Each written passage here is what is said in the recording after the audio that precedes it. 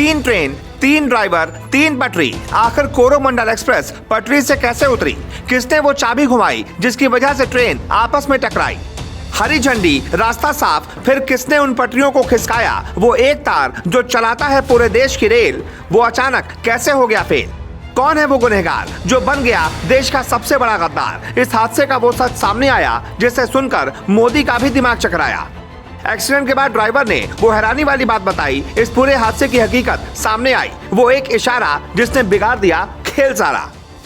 3 train थी, 3 ही पटरियां थी, 3 अलग अलग ड्राइवर थे। अभी तक की जानकारी की माने तो किसी भी ड्राइवर की कोई गलती ही नहीं थी।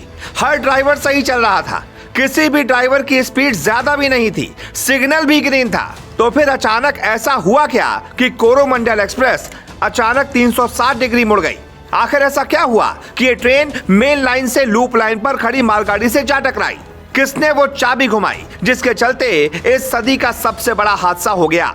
अब बड़ा सवाल खड़ा होता है कि यह महज एक रेल हादसा था या फिर कोई साजिश या फिर मशीनों की बेवफाई, क्योंकि इस हादसे की जांच को न सरकार कर रही है न ही रेलवे बोर्ड, बल्कि सीबीआई इस हादसे की जांच कर रही है।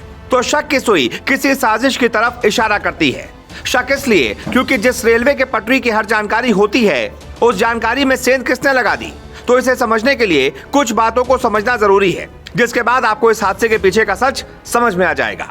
नंबर 1, जिस स्टेशन पर यह हादसा हुआ उस स्टेशन पर कुल मिलाकर 4 लाइनें हैं। 2 लूप लाइन, मेन लाइन और मेन लाइन मतलब जिस ट्रैक पर ट्रेन चलती है, लूप लाइन पर ट्रेन खड़ी की जाती है। इस हादसे के वक्त मालगाड़ी लूप लाइन पर खड़ी थी, जबकि सिग्नल ग्रीन होने के चलते कोरोमंडल एक्सप्रेस मेन लाइन पर जा रही थी। इस लाइन पर स्पीड की कोई बंदिश नहीं होती। ट्रेन की जो स्पीड होती है, इस रफ्तार से ट्रेन जा सकती है। नंबर 2, जून की शाम जिस वक्त यह हादसा हुआ उस वक्त इस स्टेशन की दोनों लूप लाइनों पर मालगाड़ियां खड़ी थीं। हावड़ा से आ रही कोरोमंडल की लाइन साफ थी, इसलिए उसे स्टेशन से सीधे निकल जाना था। लेकिन तभी कोरोमंडल अचानक मेन लाइन से लूप लाइन पर आ गई। इस लूप लाइन पर पहले से मालगाड़ी खड़ी थी। बताया जा रहा है इस वक्त ट्रेन की स्पीड करीब 128 किलोमीटर प्रति घंटे की थी।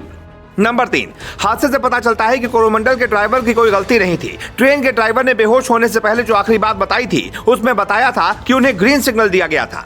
नंबर 4, इस ट्रैक पर ट्रेन की अधिकतम स्पीड 130 किलोमीटर है, जबकि कोरोमंडल की स्पीड हादसे के वक्त केवल 128 थी। मतलब ड्राइवर तेज गति से गाड़ी नहीं चला रहा था। तो सवाल खड़ा होता है, हादसा हुआ कैसे? नंबर 5, जैसे ही कोरोमंडल ट्रेन मालगाड़ी से टकराई उसके कुछ डिब्बे दूसरी तरफ की लाइन पर भी चले गए, जिस पर कुछ देर बाद ही यशवंतपुर हावड़ा ट्रेन आ रही थी और वो ट्रेन भी कोरोमंडल के डिब्बों से टकरा गई। ये तो हादसे की बात थी, लेकिन अब सवाल ये है कि कोरोमंडल को मेन लाइन से लूप लाइन पर किसने भेजा?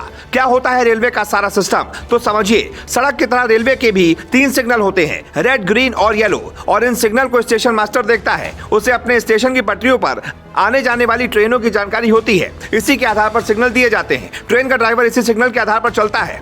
दरअसल नई तकनीक के आने के बाद भारतीय रेलवे ने उसे अपनाया और आज के दौर में लगभग सभी चीजें कंप्यूटराइज्ड हैं। लगभग 1,20,000 किलोमीटर लंबी रेल लाइन की सारी गतिविधियां कंप्यूटर से ऑपरेट होती हैं और पटरियां भी तकनीक के इशारे पर काम करती हैं। देश भर के रेलवे के ट्रैक पर बिजली का एक तार लगा होता है। इसमें बहुत कम वोल्ट का करंट दौड़ता है। ये तार ही पटरी की पूरी जानकारी देता है।